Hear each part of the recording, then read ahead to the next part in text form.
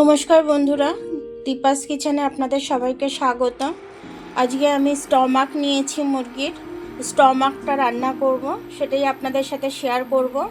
তো চলুন, আমি প্রথমে পেঁয়াজ, লবঙ্গ, দারচিনি আর এলাচ ফোড়নে দিয়ে দিলাম। আমি পেঁয়াজগুলো দিয়ে দিয়েছি। পেঁয়াজগুলো দিয়ে এবার ভাজা ভাজা করব। আমি খুব সুন্দর একটা গন্ধ ছাড়ছে। লবঙ্গ, এলাচ, দারচিনি সব দিয়েছি, তেজপাতা ফোড়ন দিয়েছি। এটা একটু লাল লাল হয়ে যাবে, আদা রসুন বাটাটা আমি দিয়ে দেবো। এখানে আমি টমেটো নিয়ে নিয়েছি তিনখানা টমেটো আমি কেটে নেব। আর এখানে আদা রসুন নিয়েছি আমি, এর সাথে কটা কাঁচা লঙ্কা নিয়ে নেবো। আমি স্টমাকগুলো আমি ধুয়ে ভালো করে নুন হলুদ মাখিয়ে রেখেছি। দেখুন, ছাল পরিষ্কার করে ছাড়িয়ে একদম ভালো করে খুব সুন্দর করে আমি এগুলো ছাড়িয়ে ধুয়ে রেখেছি। স্টমাকগুলো আমি দিয়ে দেবো, দিয়ে একটু পেঁয়াজের সাথে ভাজা ভাজা করে নেব।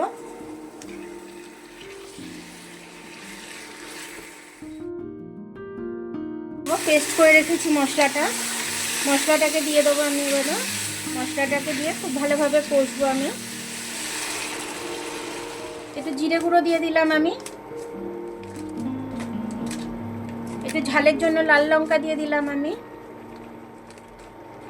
একটু কাশ্মীরি লাল লঙ্কা দিয়ে দিচ্ছি আমি কালারের জন্য। একটু ধনে গুঁড়ো দিয়ে দেবো। আমি দিয়ে আমি এবার ভালো করে এটাকে কষে নেব। আর আমি একটু নুন দিয়ে দিচ্ছি, স্বাদ অনুযায়ী একটু নুন দিয়ে দিচ্ছি। নুন দিয়ে ভালো করে আমি এটাকে মিশিয়ে দেবো। একটু হলুদ দিয়ে দেবো, কালার আসেনি, হলুদটা দিয়ে দিলাম। ভালো করে মিশিয়ে নেব। টমেটোটা কেটে নিয়ে এলাম, টমেটোটা দিয়ে দেবো, একবার এর সাথে কষা হয়ে যাবে। এবার আমি এটা চাপা দিয়ে কষবো।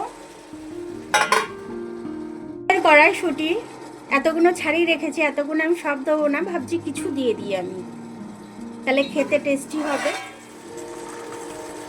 দিয়ে দিলাম, সবটাই দিয়ে দিলাম।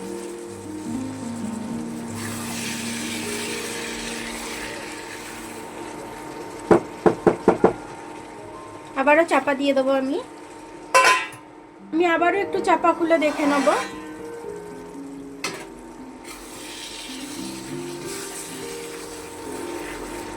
মুরগির স্টমাক রান্না করছি আমি। সেখানে মাংস আনতে গেছি, আমাকে বলল যে দিদি ভাই অনেক স্টমাক আছে, নেবেন নাকি?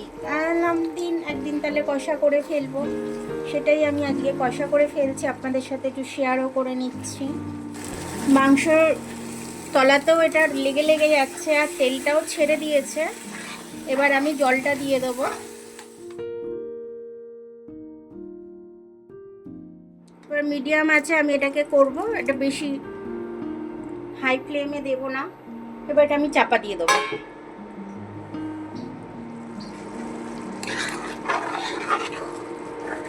স্টমাক ভুনাটা আমার হয়ে গেছে, এবার আমি এটাকে নামিয়ে নেব। এই স্টমাক কষাটা কড়াইশুঁটি দিয়ে কে কে খেয়েছেন কমেন্টস করে জানাবেন আমাকে। আর আমার ভিডিওটা দেখার জন্য অনেক অনেক ধন্যবাদ। আমার ভিডিওটা যদি আপনাদের ভালো লাগে, লাইক সাবস্ক্রাইব বেল আইকনটা একটু টিপে দেবেন। আর যদি ফেসবুক থেকে দেখেন, লাইক আর ফলোটা একটু করে দেবেন। আবার কাল দেখা হবে নতুন রেসিপির সাথে। ততক্ষণ আপনারা ভালো থাকবেন, আমি আসছি।